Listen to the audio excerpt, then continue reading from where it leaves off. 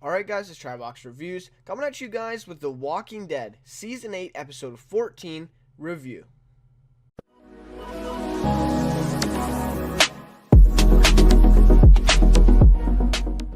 Alright guys, I love this episode. I'm just going to say it. I thought this episode was so good. Yeah, maybe it didn't have as much, action and, entertainment value as, say, episode 12 did, The Key, with Negan and Rick and all that.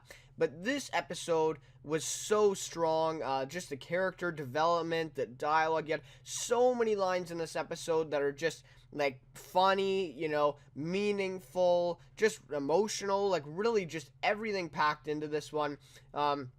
I meant to look up who directed this episode. I didn't, but I'm gonna add that in the description when I upload the video or upload the review, because the director and the writers, for this episode did a fabulous job. Honestly, I thought this was one of the best episodes of season 8. And like I said, yeah, it wasn't, a big action. There wasn't a battle or anything, but just the whole way that everything played out here. I guess you could say there was kind of a semi-battle with Rick and Morgan in this one, but, all of that, all this stuff, coming together in one episode. And there was a lot of stuff in this episode. And I will say one thing before I get into to my recap here.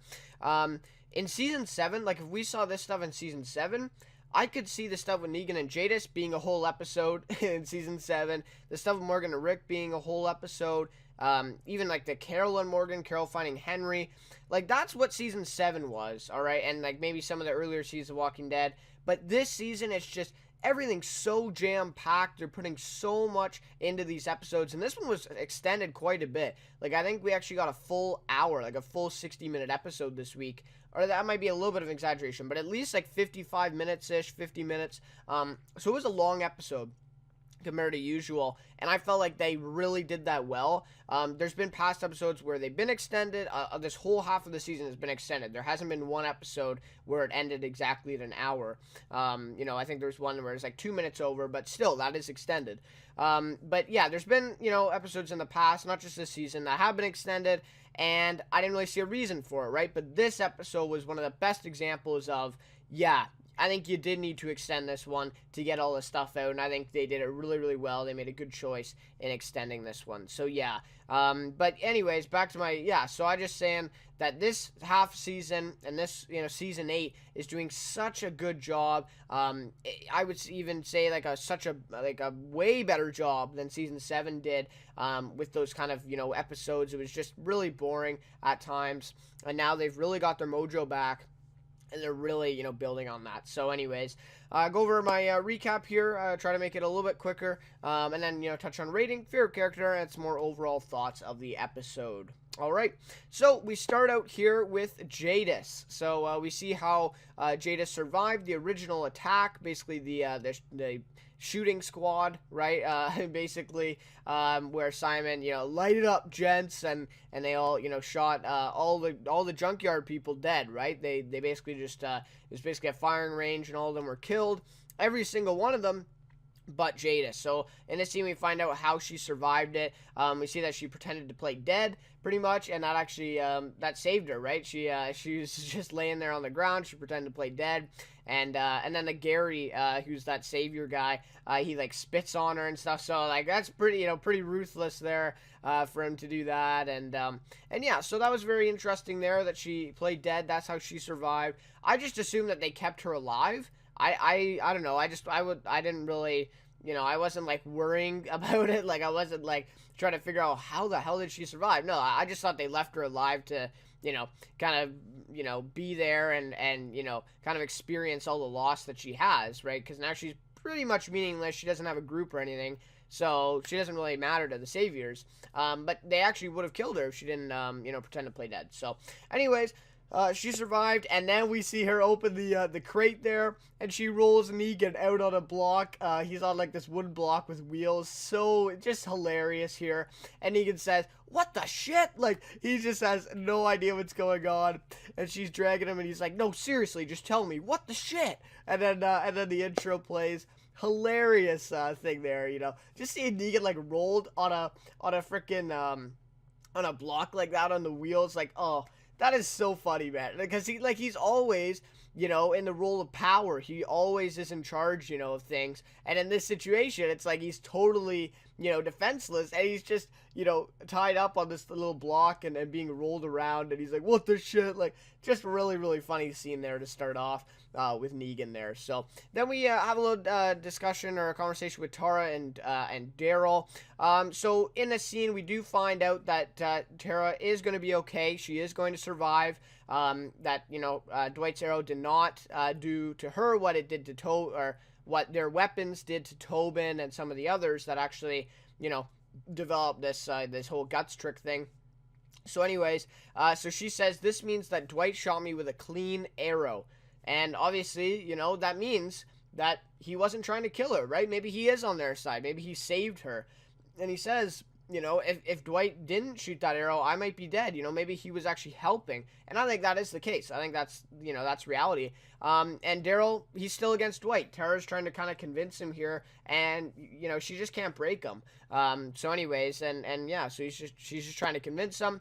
And then Tara says at the very end, she says, I'm out, right? She's out on the plan to kill Dwight. She doesn't want to do it. She trusts him now, right? She thinks that he saved her, that he could have killed her in that situation, but he ended up shooting her with a clean arrow instead of a dirty one or whatever. Whether that was intentional or not, I'm not actually sure. Maybe he didn't even know, like, that he was supposed to, douse his arrows in the guts. I don't know.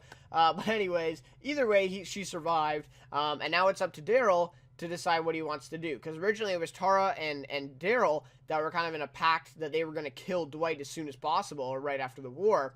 But now Tara says she's out, right? Because Dwight has now saved her. Daryl is on his own, and it's going to be up to him whether or not he wants to kill Dwight. And honestly, I don't know. I don't see how it would play out that Daryl kills Dwight. I don't know. I just feel like they're going to keep Dwight around, and I feel like Dwight and Daryl, obviously something's got to change in that relationship. Dwight's got to do something, to make Daryl, appreciate him again. For the first time, I guess, right? But anyways, something's got to happen there, but I do think that Daryl is going to end up, forgiving Dwight, and Dwight's going to end up living past this season. So we see Morgan tell Carol that he should have killed those prisoners before. So she's, chopping wood or something like that. He comes up to her, and he says he's going out. So he says he should have killed them before. He said, I was supposed to, I had to.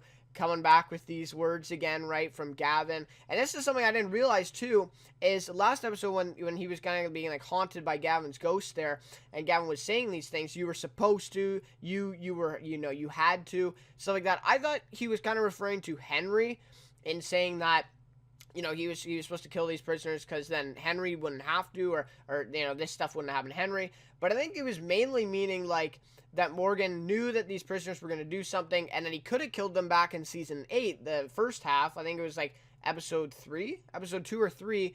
He could have killed them then, but he didn't. So that's, I think, what this is more referring to. I didn't totally understand that in last episode, last week. But anyway, so then Carol tells Morgan that she'll go with them to look for the prisoners, and ultimately Henry. I think she wants to go for Henry, but he's more focused on the prisoners. So then we see them out in the forest after they leave there, and Morgan starts to see Henry in the forest. And this is pretty creepy, right? Like, because you knew that Henry, after we actually saw him and he was like had this big cut and everything, and obviously he was dead, we kind of knew that wasn't really Henry. I actually thought when he turned around it was going to be Walker Henry. I really was not exactly sure what to expect, but it ends up it's just hallucination. He's not really there. Morgan is seeing him, and Carol's worried at this point. Like, just the look on her face is like, wow, like, this man is talking to air, and he thinks it's Henry, so she's really worried about him at this point. She's, really caring about, like, what's going on right now, and Morgan is he is, like, totally insane right now. He's just going in a state of, really bad state, like his clear state, pretty much, right? He's back to that again, and then there is some really great things here. So he says, I don't die. There's that quote again, right? He said that back in, I believe it was the first half of season 8, I think in episode 2, where he said to the Kingdom Woman, he said, I don't die. And here it is again. He says, I don't die. I just see it again and again. So he sees death, but he doesn't die. So this is another thing, right? Like, he thinks he's being punished because, you know, he's not going to die, but he's going to keep seeing all the people around him that he loves and cares about dying as, you know, as a, you know, form of punishment, I guess. So anyways, that quote, "I don't die," that's going to be a big one. And obviously we know that he doesn't die in season 8 of The Walking Dead, because now he's crossing over to Fear. So we know, you know, that is confirmed that he does not die in this season of Walking Dead. So, you know, maybe he's right for now. Is he going to be forever? Who knows, right? Who knows? He may end up dying. You don't know. So anyways, so then we get back to Negan and Jadis. I'm just going to wrap up this whole thing. I know it was like throughout the episode a little bit, but I'm just going to wrap it all up right now in this little, you know, thing here. Because it wasn't that big, but there were some things, you know, that were kind of key. So anyways, Negan apologizes to Jadis. He tells her that it wasn't his doing for what happened here. He didn't, you know, order Simon to do that, but he says he'll take the blame for it. He says, "It's on me." So that's, you know, that's kind of humility right there, right, for Negan. You know, for him to say that he's going to take the blame or whatever. And then I love this quote. He says, "I took a chance on someone, thought I was doing the right thing, but all I did was punch myself in the dick." Oh my gosh. Another great Negan line. Like, oh, it's so funny. Anyways, I punched myself in the dick. Oh my gosh. So anyways, that's what he says. So obviously he's talking about Simon. He took a chance on Simon, and, you know, Simon basically backstabbed him and didn't follow his orders.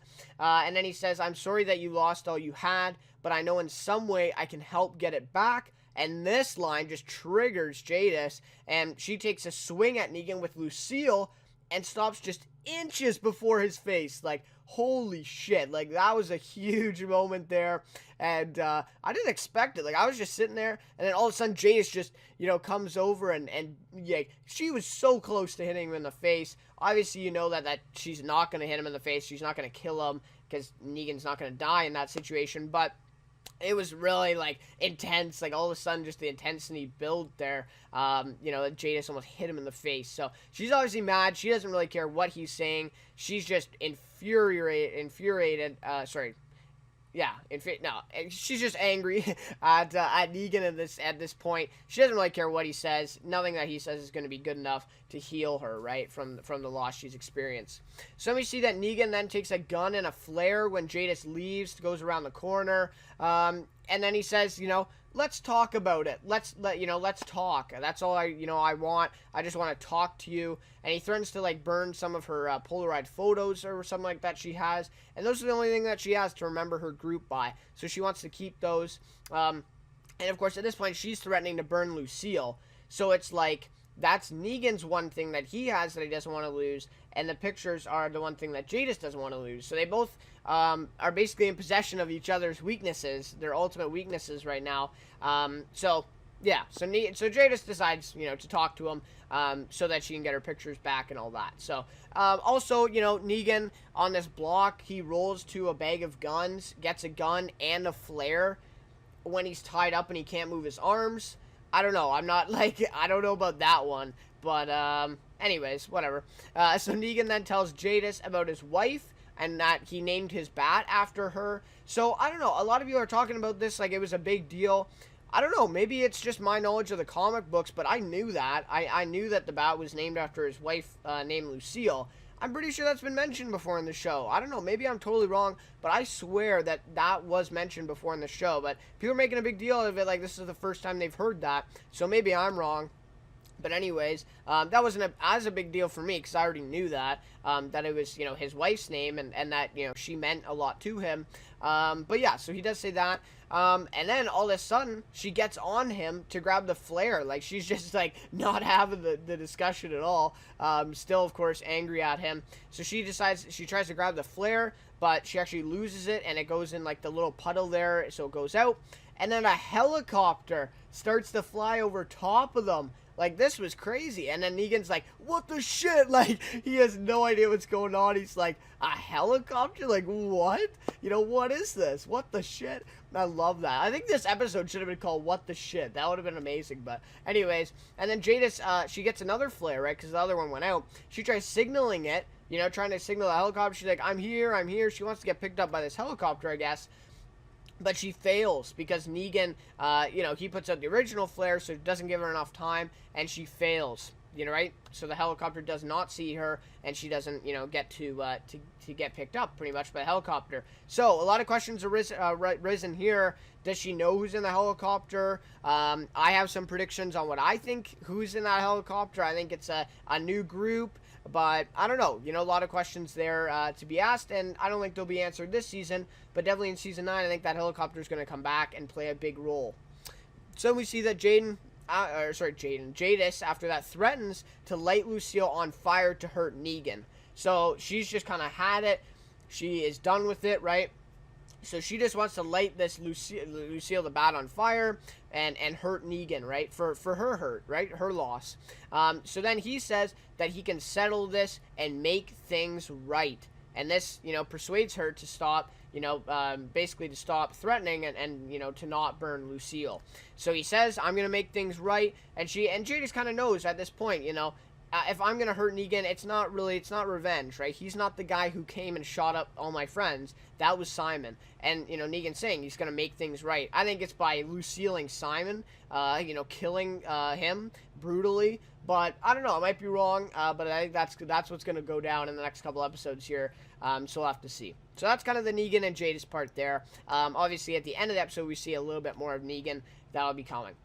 So we see Rick. He decides to leave anyways after Michonne tells him, that he needs to stay, that he needs to, think about Carl a little bit more and take a break from things. He's like, nah, screw that, right? Like, he's like, nah. He grabs that jacket, man. He grabs that brown jacket with, like, the fur on the collar. When he wears that jacket, like, things just go, like, he just goes ape shit, right? Like, that's like murderous Rick right there. So you knew something was going on here. I love that jacket. It symbolizes so many things. Anyways, he's really getting back to season 4, season 5 Rick right now with like that long beard, the scraggly hair. Like, it's happening, guys. It's happening. So anyways, he cannot handle being alone, thinking about Carl, and then he also sees like his sheriff's hat. So yeah, he just needs to leave and keep focusing on things right now.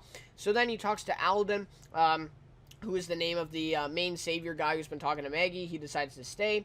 So Rick asks Alden where the prisoners went. Alden tells Rick a location where they might be. And then he also asks Rick to have mercy for some of them, right?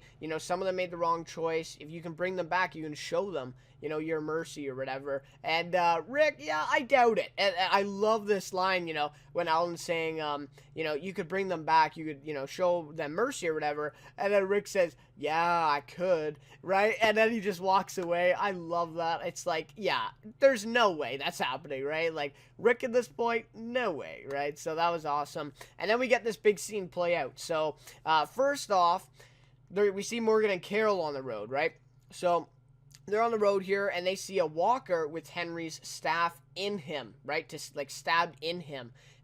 So obviously at this point, both of them kind of think that Henry's dead because they think if, his his staff is in this walker, maybe the walker ate him then in the end, or at least, bit him, whatever. So Carol wants to look in that direction for Henry, even though at this point I think that she thinks that he's dead, right? She really thinks that he's dead at this point, but she wants to keep looking for him, right?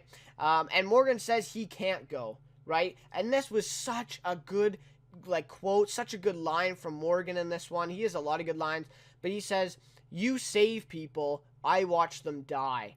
So that's what he feels right now. That's literally how he feels. He thinks that Carol, she saves people, but me, Morgan, I watch them die, right? I watch people die. I kill people. So really crazy stuff. Like, Morgan's saying, no, like, I can't save anyone. So really crazy there. Really, really good line, though, I thought. Really good, dialogue there. So he says he can't go. It's an emotional exchange. Really, emotional part here. Carol's actually, I think, in tears a little bit. And just a tough scene. So, and then we get some talk about Morgan saving Carol back in season 6. So Carol brings up, you saved me, right? You saved me back in that East storyline in season 6.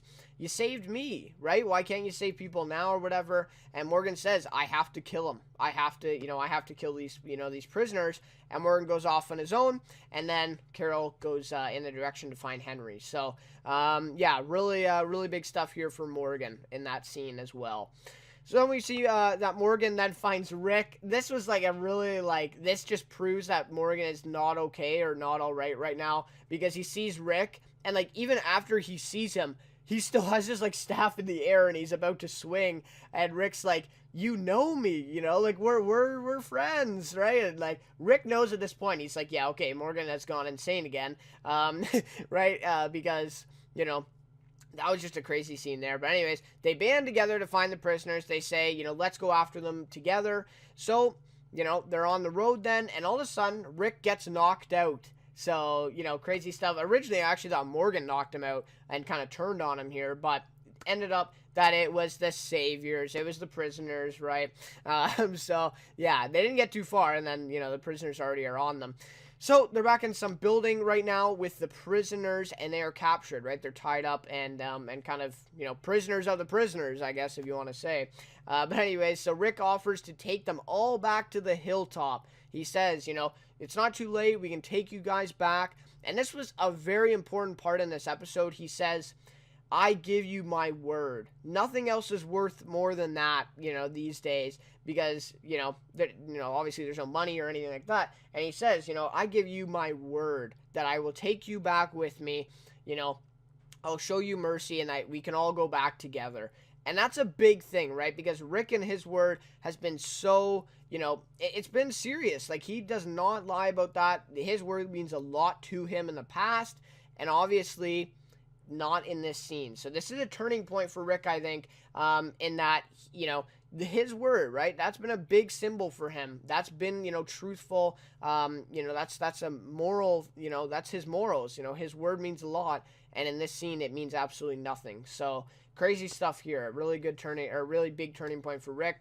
So then Morgan tells them, he just he doesn't give a shit. He's just gonna tell them the truth. He says, I'm gonna kill every one of you, right? That's what he said. He's like, I'm gonna kill every one of you. That's just how it's gonna be. So then some of the prisoners agree with Rick. They're like, okay, I don't know, I kind of believe this guy, right? Let's go back with him. And I understand that, because I think some of these guys did make the wrong decision. They didn't really want to leave. But anyways, and Jared is kind of the de facto leader here. It's how the hell did this guy get to lead this group? I don't know. But anyways, Jared doesn't buy it, who's basically the leader here. And then Rick and Morgan talk a little bit about the herd, that's going to arrive, and you're going to need our help and stuff like that, they say. And Jared just doesn't buy it at all. He says, oh, these people are just, feeding us. And then he's like, I smell a big pile of bullshit, and all that. So that was kind of a cool line there. And then the herd arrives, right? The herd of zombies arrives, or at least the group. It wasn't that big, but there were quite a few of them. Definitely, easily could take out these people. So yeah, the herd arrives, and Jared's like, oh shit, they were actually telling the truth.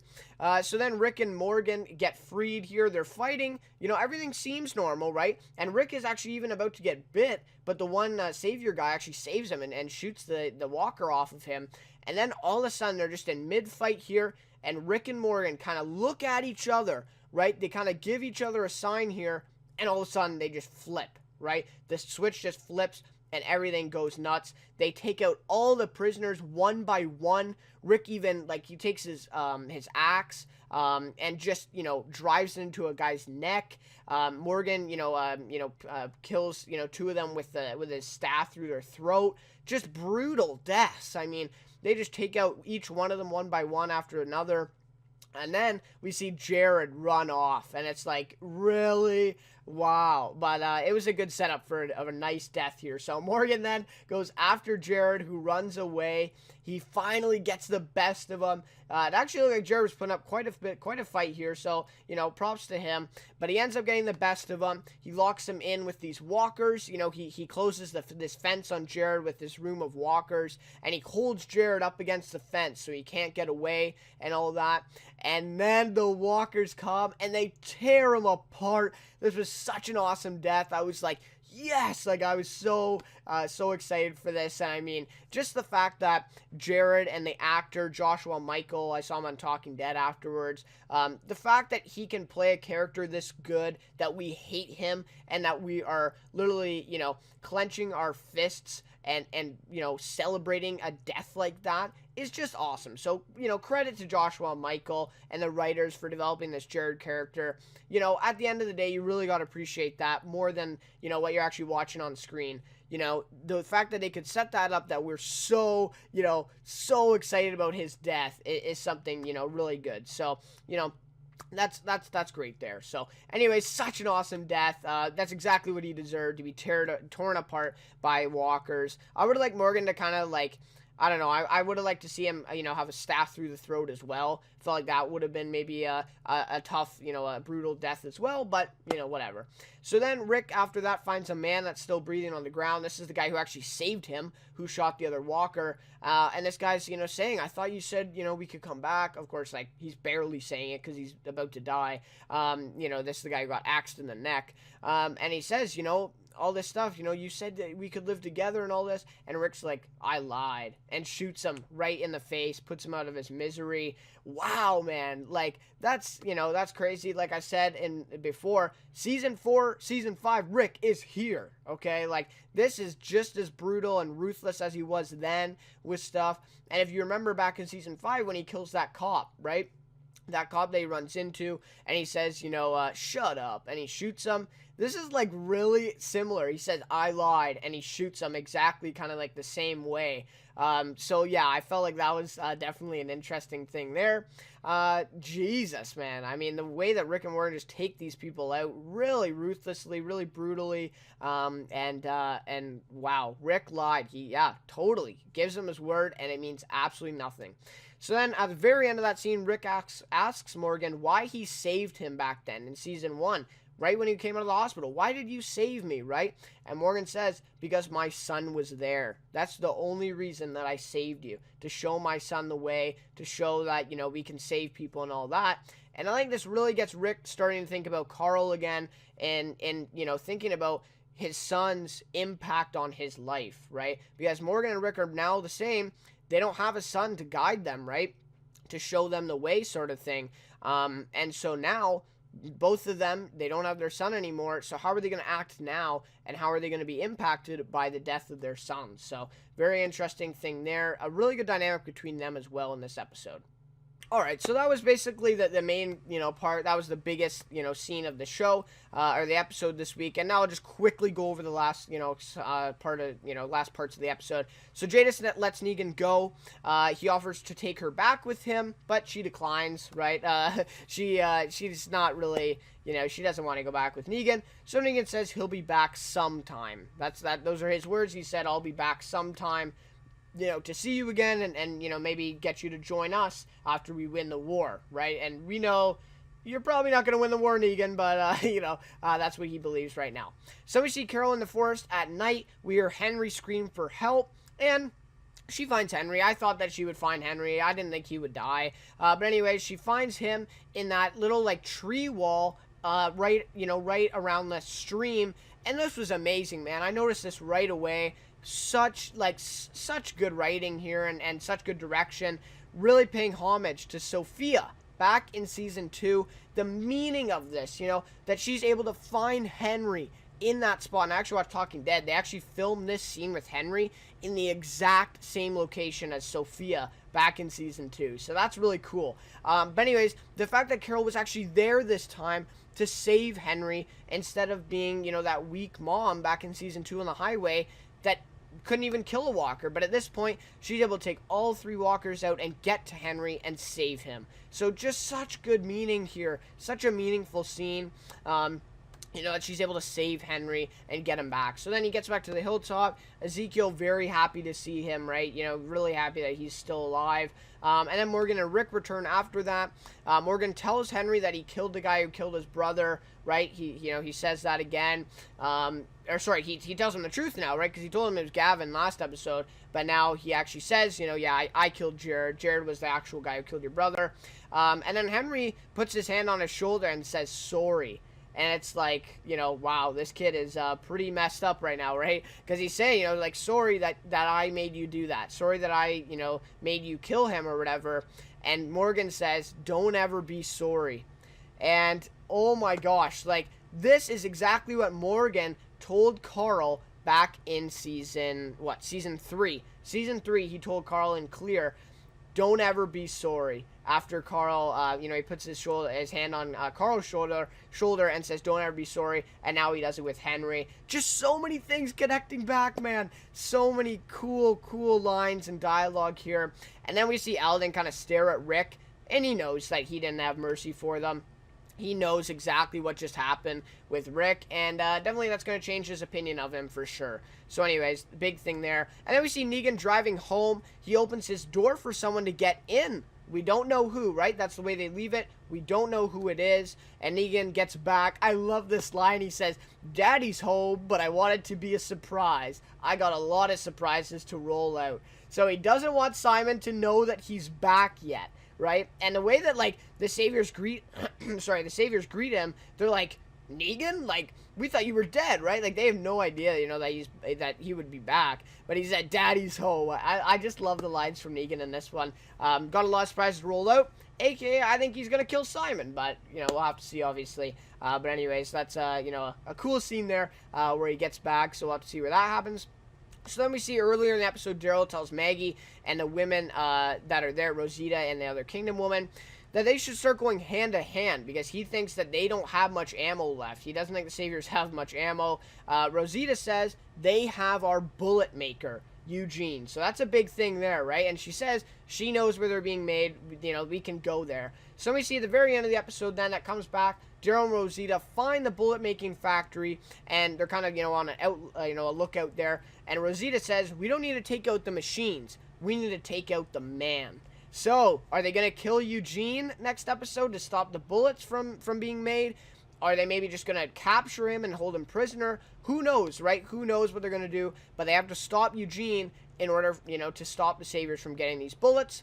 Then at the very end of the episode here, to end it off, Rick finally sits down and reads Carl's letter. This was very emotional. Just a really emotional ending to the episode. He sits down and he finally opens it up and starts reading. So yeah, crazy stuff there, and that is the end of the episode. Alright, so in terms of a rating for this episode, I'm going to give it a 4.7 out of 5. Honestly, I really love this episode. A few things. Character development, amazing. The stuff with Morgan, the stuff with Carol, the stuff with Rick, like Daryl, Tara, like just everything in this. And Jadis too. Jadis and Negan as well. We finally saw some humility from Negan, some humanity shining through. Like, wow, right? Character development was awesome. Dialogue, so many pivotal lines here, so many meaningful lines back and forth, especially from Morgan, like, I don't die, I was supposed to, I had to, I see it again and again. All these lines from Morgan, really great, and so many things in this episode. I don't know why, like, I really don't know why, but maybe this writer just, like, wrote an episode back in season 2 and they were, like, in love with coming back to it. I don't know. But anyways, a lot of things paying homage to earlier seasons. The thing with Sophia, Morgan, with his hand on his shoulder. Henry, you don't ever have to be sorry. Don't ever be sorry. The stuff with Negan, saying some stuff to Jadis about, and well, I guess that's not really paying homage to earlier seasons, but that whole thing with Negan, talking about, his wife and all that stuff. We kind of see that a lot with the governor back in season 3 and 4, that those points of humility and that stuff. So yeah, some really interesting stuff here. And Rick, saying his word that used to mean a lot means nothing now. So that's a big thing, to touch on as well. And then the whole thing with, I lied or shut up and shooting him. That's paying homage. So, yeah, just a lot of great stuff in this episode. I really liked it. And a spotlight for Morgan as well in this episode. Really great stuff here. He's pretty much going crazy, or he's gone crazy, I guess. So we'll have to see what happens. He only has 2 episodes left in The Walking Dead, and then he'll be gone to Fear for the crossover. So we'll have to see exactly what happens with that. When he goes, I'm thinking it might be in the finale that he goes off, and that he's found by this fear group, but we'll have to see. I don't know exactly how that's all going to play out. But yeah, really big episode for Morgan in the way that, his lines, his focus, and all that stuff. And then it also set up things for the final battle, which will be the finale. Basically, we've confirmed now. The finale will be the final big battle, and it's extended. I believe it's like an hour and a half or like an hour and 40 minutes. It's a huge episode. It's going to be awesome. Honestly, I can't wait for the finale now. And this is really setting things up for the final battle. They take out the prisoners now, so they're not a worry now. They're not a problem. And now they're looking to get rid of Eugene and the bullet-making factory there. So all this stuff coming together, right? And Negan finally getting back to the sanctuary, so we'll have to see all that play out, but I thought it really set up some good things for the finale looking forward. Favorite character for this one is going to be Rick Grimes, Andrew Lincoln. I just really wanted to spotlight him because I thought the stuff with Carl really meaning a lot here. So after Morgan says, because my son was there, he really starts to think about Carl and that impact. And we've actually seen him since Carl died and, his wishes of, bringing peace and showing mercy and all that. Rick's turned more ruthless than he was before Carl died, in my opinion. Like, lately, he has literally killed anything in sight, pretty much. And that's exactly what Carl didn't want him to do. So the fact that he's totally ignoring Carl's wishes in this is really, I think, going to get to him in later season. I think next season he's going to really regret that. And after reading this letter, I actually think that he may change his point of view here, and I think this might be one of the last episodes, or at least the last episode of this season, where he, is in this ruthless killer mode. I think he's going to change a little bit after he reads this letter, and that he really, thinks about this more and really values what Carl, wanted him to do, what, his impact for him was. So, crazy stuff there with that whole thing. And I think that Rick is really going to change now that he's read it and now that, he can think more about Carl, especially after the war. Like, a lot of stuff's going to go, down with Rick because there'll be nothing to, keep busy with pretty much. So I think a lot of Carl stuff is going to play out in season 9 here. But we'll have to see. So anyways, Andrew Lincoln doing an amazing job, of course, as always. Really can't say anything bad about Andrew Lincoln. He's awesome. So anyways, guys, that'll just about do it for this review. I apologize for the length. This episode really got to me, and all the lines and everything. I really want to talk about it all. So apologize for that, but thank you so much for watching this one. Thank you for the recent support. We're now at 30,000 video views. Really awesome. The last week has been crazy for me. A lot of views, a lot of subscribers, comments, likes, just everything has been really awesome. So I really appreciate that, guys. And again, thank you so much for watching. I'll see you next week for episode 15. It's only 2 left in the season, but 1 until the big finale episode, which will be April 15th. So anyways, guys, looking forward to that one. And I will see you next week for episode 15.